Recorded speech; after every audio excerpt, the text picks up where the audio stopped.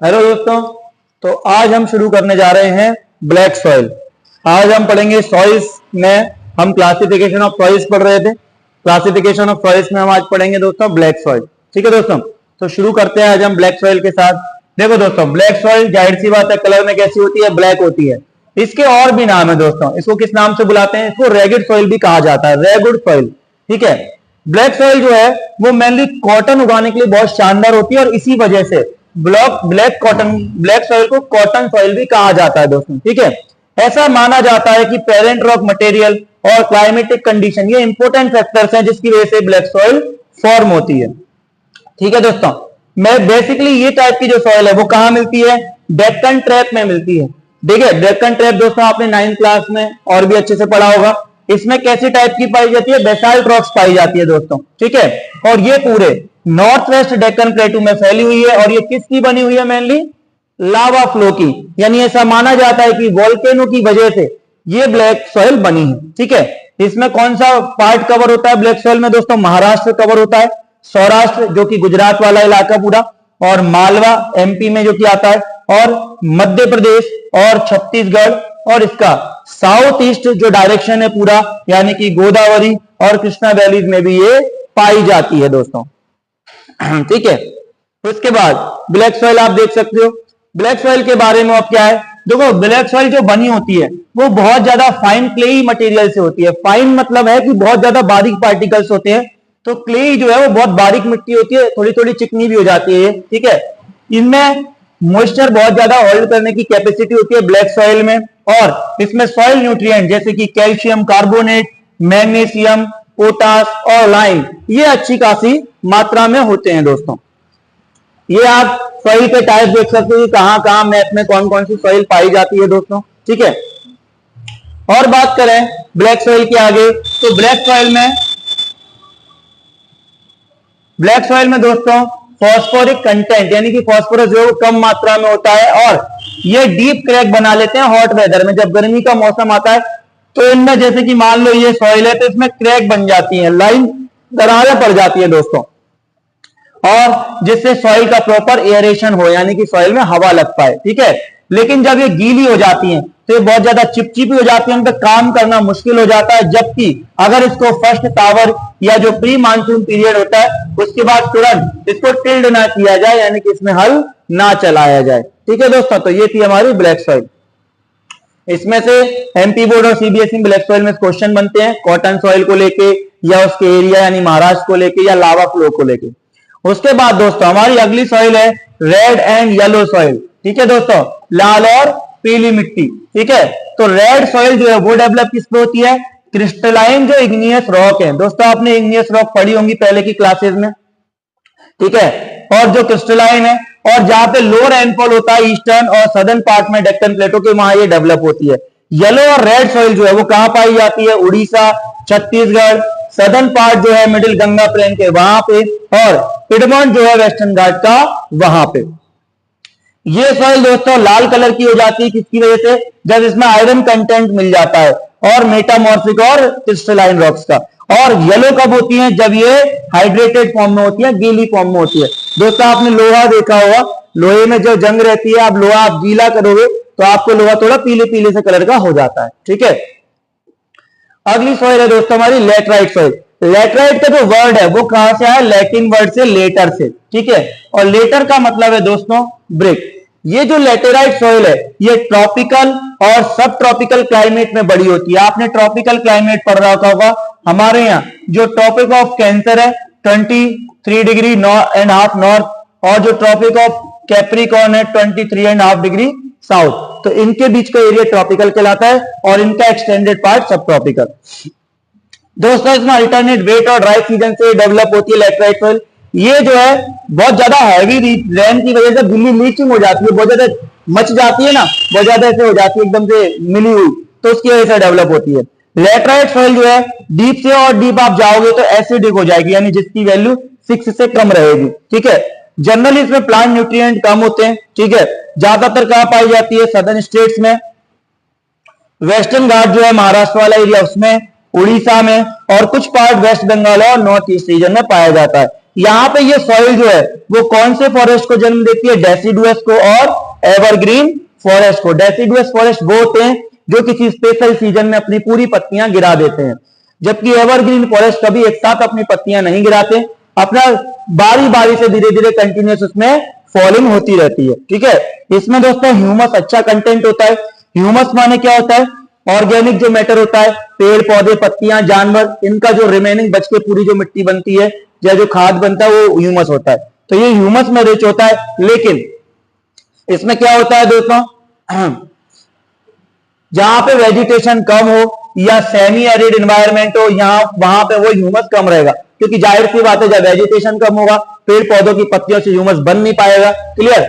इनको दोस्तों इरोजन का खतरा सबसे ज्यादा होता है, डिग्रेडेशन का, क्योंकि ये ऐसे ही लैंडस्केप पे पाई जाती हैं, बहने का ज्यादा इनको खतरा होता है। ठीक है, प्रॉपर सॉइल कंजर्वेशन टेक्निक अगर अपनाई जाए तो हिली एरियाज में, कर्नाटक में, केरल में, तमिलनाडु में इस सॉइल बड़ी यूजफुल है।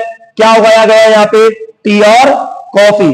और जो रेड लेटेराइट है तमिलनाडु और आंध्र प्रदेश की और केरला की, वहां पे क्या उगाया गया है, कैशू नट उगाया गया है, काजू उगाया गया है। ठीक है दोस्तों, लेटेराइट में इससे जो क्वेश्चन अच्छे खासे आ जाते हैं, कैशू नट वगैरह से जुड़े हुए और कॉफी और टी से जुड़े हुए। ठीक है दोस्तों, बात करते हैं अगली सॉइल जो कि है एरिड सॉइल। ठीक है दोस्तों, एरिड सॉइल जो है वो कलर में कैसी होती है दोस्तों, रेड से लेके ब्राउन होती है। टेक्सचर की बात की जाए तो ये सैंडी होती है, यानी कि थोड़ी सी रेतीली टाइप की मिट्टी होती है। ठीक है, क्योंकि ये सूखे एरिया में डेवलप होती है। और ये नेचर में कैसी होती है दोस्तों, सैलाइन। ठीक है, क्योंकि सूखे एरिया में क्या पानी का वेपोरेशन ज्यादा होता है, तो नमकीन सॉल्ट कंटेंट ज्यादा होता है, इससे सैलाइन होती है नेचर में। ठीक है दोस्तों, और कॉमन सॉल्ट जो है वो पानी को वेपोरेट करके यहाँ पे मिलता है। ठीक है, अगर ड्राई क्लाइमेट हो जाए, हाई टेम्परेचर होता है, इवेपोरेशन ज्यादा तेजी से होता है, इसीलिए इसमें ह्यूमस की कमी होती है और मॉइस्चर की भी कमी होती है दोस्तों। ठीक है दोस्तों, बात की जाए अगर सॉइल के जो लोअर हॉरिजॉन्स हैं, यानी कि उनमें जो लोअर लेयर्स होती हैं, उसमें क्या होता है दोस्तों, कंकर नोड्यूल्स होते हैं, कंकर ज्यादा पाए जाते हैं। ठीक है, और नीचे की तरफ बढ़ते हुए कैल्शियम कंटेंट बढ़ता जाता है। कंकर लेयर की जो फॉर्मेशन है दोस्तों बॉटम हॉरिजन में, इसकी वजह से पानी का इन्फिल्ट्रेशन नहीं हो पाता, पानी का इन्फिल्ट्रेशन रुक जाता है। प्रॉपर इरिगेशन के बाद ये सॉइल जो है बहुत ज्यादा कल्टीवेबल हो जाती है, जैसा कि वेस्टर्न राजस्थान में किया गया है। वेस्टर्न राजस्थान में इसको अच्छा बनाया गया है दोस्तों सॉइल को। दोस्तों अगली हमारी सॉइल है फॉरेस्ट सॉइल। ठीक है दोस्तों, फॉरेस्ट सॉइल कहां मिलती है दोस्तों, हिली एरिया में, हिली मतलब पहाड़ी एरिया में। ठीक है, माउंटेनियस पर्वतीय एरिया में, जहां पे रेन फॉरेस्ट बहुत ज्यादा अवेलेबल है, यानी जहां से बारिश बहुत ज्यादा होती है वहां पे। इस टेक्सचर जो होता है सॉइल का वो क्या होता है, डिपेंड करता है माउंटेन इन्वायरमेंट पे। ठीक है दोस्तों, जहां पे ये मिलती है, ये लॉमी हो सकती है, सिल्टी हो सकती है, वैली साइड में जहां पे यानी कि नदी की वैली है, नदी जहां पे बहती है वहां पे लॉमी और सिल्टी हो सकती है, यानी थोड़ी चिकनी टाइप की हो सकती है। और यहाँ पे दरदरे दाने यानी कि कोर्स ग्रैंड भी हो सकते हैं, दानेदार अपर स्लोप पे। ठीक है दोस्तों, और जहां पे स्नो कवर्ड एरिया है, यानी कि यहाँ पे जहां पे ये मिट्टी बर्फ से ढकी हुई है हिमालय में, वहां पे इस सॉइल को डेन्यूडेशन, डेन्यूडेशन होता है दोस्तों परत का हट जाना, ऊपरी परत का, उसे कहते हैं डेन्यूडेशन। तो जहां पे कवर्ड एरिया वह डेन्यूडेशन का शिकार है। और एसिडिक हो गई है क्योंकि उसमें लो ह्यूमस कंटेंट है, वहां पेड़ पौधे बहुत ज्यादा होते नहीं है बर्फीले एरिया में, पहाड़ी एरिया में इतने ज्यादा, तो ह्यूमस कंटेंट की कमी रहती है।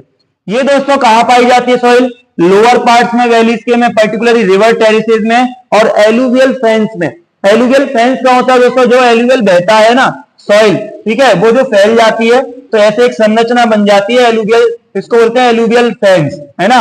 आप देखोगे तो एक पंखे के टाइप से हो जाती है, ऐसे कहते हैं एलुवियल फेंस, तो इसके किनारों पे ये मिलती है। ठीक है दोस्तों, तो दोस्तों हम पढ़ते हैं सॉइल इरोजन, यानी कि मिट्टी का कटाव होता है, यानी कि मिट्टी को नुकसान कैसे है और उससे बचाने के उपाय कैसे। तो दोस्तों देखो, सॉइल कवर का जो डेन्यूडेशन है, यानी कि सॉइल की परत का ऊपर से हट जाना, उसे कहते हैं डेन्यूडेशन ऑफ सॉइल कवर। और धीरे धीरे मिट्टी का वॉशिंग डाउन होना, उसे ही क्या कहा जाता है, मिट्टी के बहने को ही सॉइल इरोजन। ठीक है दोस्तों, सॉइल फॉर्मेशन और सॉइल इरोजन यानी मिट्टी का बनना और मिट्टी का हटना, दोनों प्रोसेस चलती रहती हैं दोस्तों। ठीक है, बैलेंस रहता है इन दोनों में। लेकिन कई बार क्या होता है दोस्तों कि एक डिसबैलेंस आ जाता है। क्यों आ जाता है, एक तो ह्यूमन एक्टिविटी की वजह से आ जाता है। ह्यूमन का अगर इंटरफेरेंस ना हो तो नेचर अपने आप में बैलेंस करना जानती है। अब लेकिन जैसे कि डिफॉरेस्टेशन यानी पेड़ काटना, ओवरग्रेजिंग यानी कि ज्यादा चरना, पशुओं द्वारा, जानवरों द्वारा ज्यादा चराई करना, ज्यादा खाना, और कंस्ट्रक्शन जो एक्टिविटी बिल्डिंग वगैरह बनती है, माइनिंग होना, इनकी वजह से ये ह्यूमन फैक्टर्स है। और नेचुरल फैक्टर्स जैसे कि विंड, ग्लेशियर, वाटर, ये भी दोस्तों मिट्टी को बहा के ले जाते हैं। इसकी वजह से सॉइल इरोजन होता है। और दोस्तों रनिंग वाटर की बात करें तो बहता हुआ पानी क्या मिट्टी को कट करता है, और क्ले सॉइल्स में ये ज्यादा होता है, जैसे कि हमने चंबल वगैरह में भी पढ़ा था। तो यहाँ पे चंबल क्या सॉरी ब्लैक सॉइल में, और यहाँ डीप चैनल डेवलप हो जाते हैं जिन्हें कहते हैं गली। जैसे आपने अपने गली मोहल्ले में देखा होगा दोस्तों, कहीं पे मिट्टी बनी होती है, उसमें अगर ये मान लो कि पानी बह गया तो गली टाइप की बन जाती है, तो उसे ही कहते हैं दोस्तों गली इरोजन। क्या कहते हैं दोस्तों? गली इरोजन।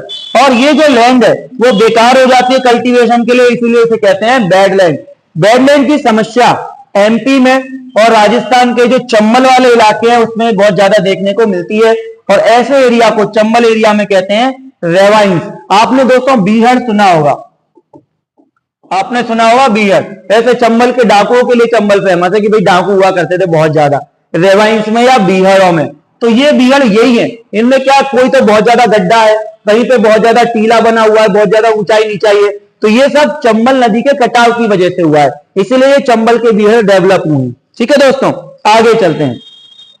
कई बार क्या होता है दोस्तों, जो बहता हुआ पानी है वो मिट्टी की पूरी ऊपर की परत बहा ले जाता है, पूरी टॉप सॉइल हट जाती है, और जब ये शीट हट जाती है एक तरह से मिट्टी की ऊपर की, तो इसे ही कहते हैं हम शीट इरोजन। ठीक है दोस्तों, विंड जो है वो भी अपने साथ जो ढीली सॉइल होती है, मिट्टी होती है, उसको बहा के ले जाती है, उसको कहते हैं विंड इरोजन। दोस्तों सॉइल इरोजन जो है वो कई गलत फार्मिंग की वजह से भी होती है। जैसे मान लो अगर स्लोपी एरिया है, पहाड़ी वाले ढलान वाले एरिया, वहां प्लफिंग गलत तरीके से करते हो, हल गलत तरीके से चलाते हो, तो वहां पे क्या होगा, तेजी से पानी बहेगा, जिसकी वजह से सॉइल इरोजन हो जाएगा। ठीक है दोस्तों, अब बात करते हैं दोस्तों इसी में कंजर्वेशन की, कि कंजर्वेशन हम कैसे कर सकते हैं मिट्टी का। तो सबसे पहला है हमारा कंटोर प्लफिंग। कौन सा है दोस्तों तरीका? Contour ploughing. कंटोर प्लफिंग क्या होती है? जो कंटोर लाइंस होती है, जैसे हमारा ढलान वाला कोई एरिया है, उसमें ये जो लाइन है कंटोर लाइन, वहां पे हम ऐसे आड़े में हल चलाएंगे अगर, ठीक है, तो वहां पे हम अगर प्लफिंग करेंगे तो उससे पानी का फ्लो धीमा हो जाएगा और मिट्टी का कटाव नहीं होगा। इसे ही कहते हैं कंटोर प्लफिंग। दूसरा तरीका दोस्तों स्टेप फार्मिंग या टेरेस फार्मिंग। उसमें क्या होता है, आपने देखा होगा कि बहुत ज्यादा जो पहाड़ी एरिया होता है उसमें स्टेप बाय कटिंग करके वहां पे खेती की जाती है दोस्तों, स्टेप कर करके सीढ़ियों की तरह से, और इसीलिए टेरेस लाइक स्ट्रक्चर बन जाता है। इसे कहते हैं दोस्तों टेरेस कल्टीवेशन। टेरेस कल्टीवेशन की वजह से भी इरोजन रुकता है, क्योंकि पानी एकदम से नहीं बह पाता। इसे सीढ़ीदार खेती भी कहते हैं दोस्तों। क्या कहते हैं इसे? सीढ़ीदार या सीढ़ीनुमा खेती इसको बोलते हैं। ठीक है दोस्तों, तो वेस्टर्न और सेंट्रल हिमालय जो है वहां पे अच्छी खासी टेरेस फार्मिंग होती है।